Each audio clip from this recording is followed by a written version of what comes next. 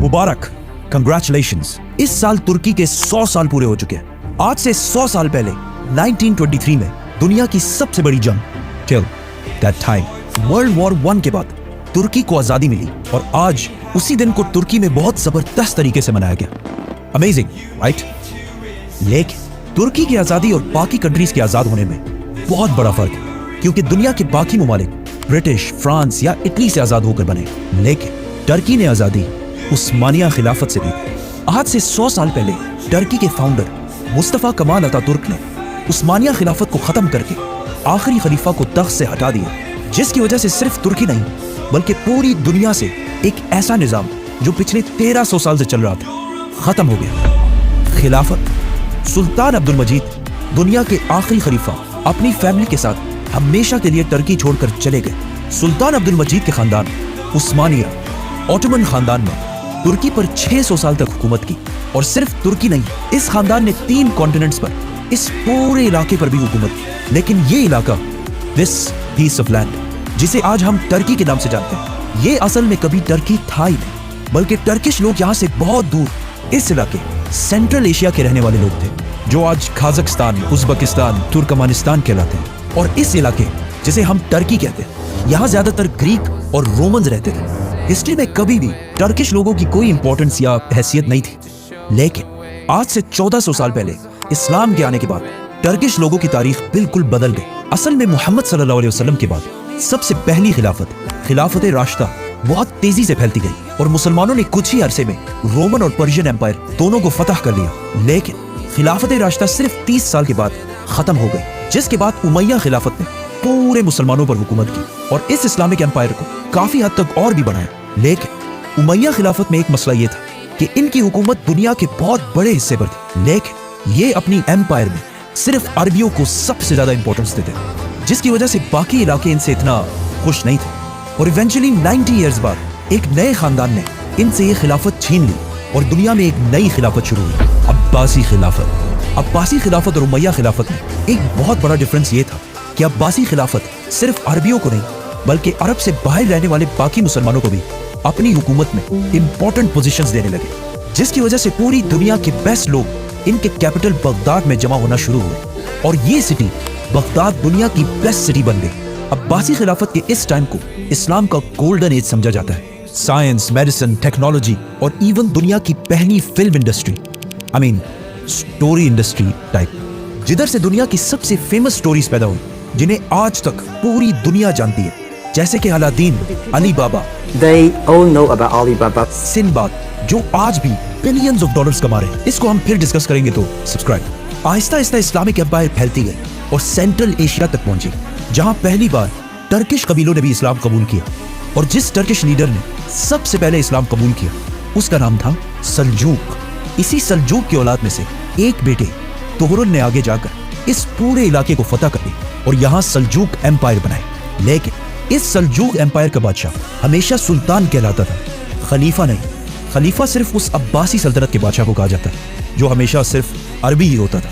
सल्जूक सल्तनत की ताकत की वजह से टर्किश कबीले सेंट्रल एशिया से निकलकर हर तरफ फैलने लगे, और आहिस्ता आहिस्ता ये सल्तनत अनातोलिया, जिसे आज टर्की कहा जाता है, यहाँ तक पहुंचे और रोमन एम्पायर के साथ एक जंग में उन्हें बहुत बुरी तरह हरा दिया, जिसके बाद आज से 1000 साल पहले टर्किश लोग आहिस्ता आहिस्ता इस इलाके टर्की में आबाद होने लगे। सल्जूक सल्तनत के सबसे पावरफुल टर्किश कबीले हमेशा उनके कैपिटल ईरान के बहुत करीब रहते थे, और जो कमजोर कबीले थे वो उनके कैपिटल से बहुत दूर इस एम्पायर के बॉर्डर्स के पास रहते थे। इन्हीं कमजोर कबीलों में से एक कबीले के सरदार का नाम उस्मान था। उस्मान के बारे में तारीख में बहुत कम ऑथेंटिक बातें लिखी, सिर्फ इतना पता है कि उनकी अनातोलिया टर्की में एक बहुत ही छोटे इलाके पर हुकूमत थी, और आगे जाके उस्मान की औलाद ने आहिस्ता आहिस्ता इस पूरे इलाके को फतह कर लिया। ऑटोमन एम्पायर और बाकी इस्लामिक एम्पायर्स में बहुत बड़ा डिफरेंस था, क्योंकि बाकी इस्लामिक एम्पायर्स हमेशा आपस में लड़ते रहते थे, लेकिन ऑटोमन एम्पायर मुसलमानों को छोड़कर वेस्ट यूरोप की तरफ बढ़ने लगी, और पहली दफा मुसलमान यूरोप को फतह करने लगे। और आखिर इसी उस्मानिया सल्तनत के एक बादशाह सुल्तान महमद फातेह ने कॉन्स्टेंटिनोपल को भी फतह कर लिया, और ये वो सिटी थी जिसके बारे में रसूलुल्लाह सल्लल्लाहु अलैहि वसल्लम ने पहले ही फरमाया था कि एक दिन मुसलमान इसे जरूर फतह करेंगे। इस्तांबुल की इस फतह को पूरी मुस्लिम दुनिया में बहुत जोरों शोर से मनाया गया, जिसके बाद पूरी दुनिया के मुसलमान अरबियों से ज्यादा ऑटोमन्स को अपना लीडर मानने लगे। लेकिन عثمانیہ سلطنت کے بادشاہ اس وقت بھی صرف سلطان کہلاتے، خلیفہ نہیں۔ خلیفہ تب بھی عباسی خلافت کے ہی بادشاہ کو کہا جاتا تھا، جو آف کورس عربی تھا۔ لیکن استنبول فتح کرنے کے 50 سال بعد ایک عثمانی بادشاہ سلطان سلیم نے یہ سب کچھ بدل دیا، اور اس نے یورپ سے اپنی اٹینشن ہٹا کر ایجپٹ میں مملوک سلطنت پر حملہ کر کے اسے تباہ کر دیا، اور صرف 1 سال میں اپنی ایمپائر عثمانیہ سلطنت کے سائز کو ڈبل کر دیا، مطلب اس سارے علاقے کو فتح کر لیا۔ سلطان سلیم اس وقت کے خلیفہ متوکل کو اپنے ساتھ واپس استنبول لے کر آیا، اور یہاں this is where خلافت ٹرانسفر ہوئی۔ عباسی خلیفہ متوکل نے اپنی خلافت سلطان سلیم کے حوالے کی، اور ساتھ ہی رسول اللہ صلی اللہ علیہ وسلم کی تلوار اور کچھ باقی چیزیں جو آج تک استنبول میں موجود ہیں، اور اس طرح پہلی بار خلافت عربیوں سے نکل کر ایک ٹرکش بادشاہ کے پاس آئی۔ اس کے بعد عثمانیہ سلطنت عثمانیہ خلافت بن گئی، اینڈ ناٹ اونلی دیٹ، بلکہ دنیا کی سب سے طاقتور ایمپائر اور دنیا کی سب سے بڑی سپر پاور، جس کی طاقت کے سامنے دنیا میں کوئی بھی کھڑا نہیں ہو سکتا۔ لیکن اگر آج سے 500 سال پہلے مسلمان دنیا میں اتنے ہی طاقتور تھے، تو آج اس حالت تک کیسے پہنچے جہاں ہر طرف بس تباہی ہے؟ اس کا کریڈٹ بھی آٹومن ایمپائر کو جاتا ہے، کیونکہ اب پورے دنیا کے مسلمان آٹومنز کو اسلام کا لیڈر مانتے تھے۔ لیکن جیسے ہی عثمانیہ سلطنت اپنی پیک تک پہنچی، وہاں سے سب کچھ خراب ہونے لگا۔ وہ یورپ جس کی عثمانیہ خلافت کے سامنے کوئی حیثیت نہیں تھی، وہاں ایک بہت بڑا چینج آیا۔ ایک آدمی جس کا نام کرسٹوفر کولمبس تھا، اس نے غلطی سے انڈیا ڈھونڈنے کے چکر میں امریکہ کو دریافت کیا، جس کی وجہ سے یورپ کے پاس اس پورے علاقے کی ویلتھ جمع ہونا شروع ہوئی، اور یورپ آہستہ آہستہ آٹومن ایمپائر سے آگے نکلنا شروع ہوئی۔ اور صرف یہ نہیں، بلکہ آٹومن ایمپائر کے اندر بھی بہت ساری خرابیاں پیدا ہوئی۔ آہستہ آہستہ عثمانی بادشاہ خلیفہ اپنی عوام سے بہت ڈفرنٹ دکھنے لگے۔ For example Selim the second, جسے ان کے بلو آئیز اور بلانڈ بال کی وجہ سے جانا جاتا ہے، اور انہیں سلیم دا بلانڈ بھی کہا جاتا ہے، حالانکہ اس سے پہلے ٹرکش لوگ ایسے بالکل بھی نہیں دکھتے، اور یہ ایسا اس لیے ہوا کیونکہ آٹومن بادشاہ کے لیے جو عورتیں سلیکٹ کی جاتی تھی، ان کا تعلق ہمیشہ یورپ میں یوکرین، رومینیا، گریس وغیرہ سے ہوتا تھا۔ اور ایسا کیوں ہوتا تھا؟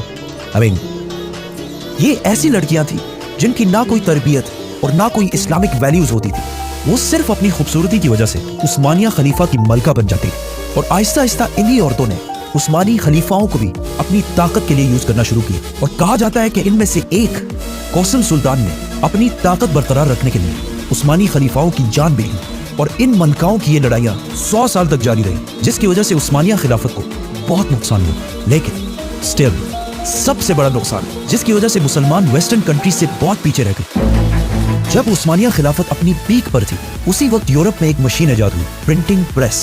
اس سے پہلے دنیا میں کتابیں صرف ہاتھوں سے لکھی جاتی تھی، لیکن پرنٹنگ پریس کے بعد ساری بکس اس مشین کے ذریعے بہت تیزی سے پرنٹ ہونے لگی، جس سے یورپ میں کتابیں ہر طرف پھیل گئی، اور علم، نالج بہت تیزی سے ہر گھر تک پھیلنے لگا، اور یورپ میں لٹریسی ریٹ بہت تیزی سے اوپر جانے لگی۔ لیکن جیسے ہی یہ انوینشن عثمانیہ خلافت تک پہنچی، ان کے منسٹرز اور علماء نے اسے حرام کہہ کر بند کر دیا، اور پوری خلافت میں مسلمانوں کے اس پرنٹنگ پریس کو یوز کرنے پر پابندی لگا دی، جس کی وجہ سے یورپ میں ایجوکیشن اور نالج بڑھنے لگی، اور مسلم دنیا ان سے بہت پیچھے رہ گئی۔ اس فیصلے کے 200 سال بعد عثمانیہ خلافت نے یہ پابندی ہٹا دی، لیکن it was too late۔ Europe مسلمانوں سے ترقی میں بہت آگے نکل چکا تھا، اور آج پورے اسلامک دنیا میں بکس، ایون قرآن بھی پرنٹ ہوتے ہیں، which means آج پورے دنیا کے مسلمان عثمانیہ خلافت کے اس فیصلے کو نہیں مانتے۔ ان فیصلوں کے بعد عثمانیہ خلافت کا ڈکلائن شروع ہوا۔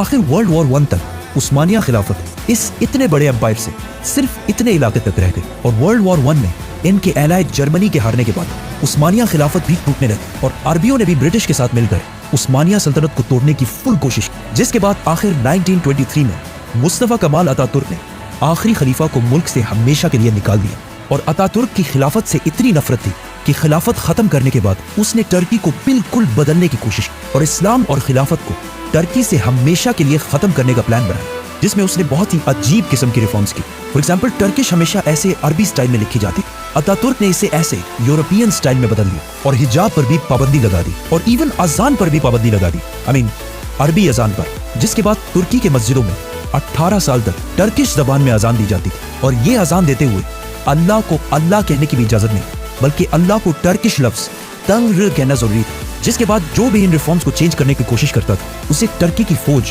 کھو کر کے طاقت سے ہٹا دیتی، اور اس طرح آخر 1924 میں خلافت کا نظام دنیا سے ختم ہو گیا، اور آج خلافت کے اس نظام کو دنیا سے ختم ہوئے 100 سال پورے ہو چکے۔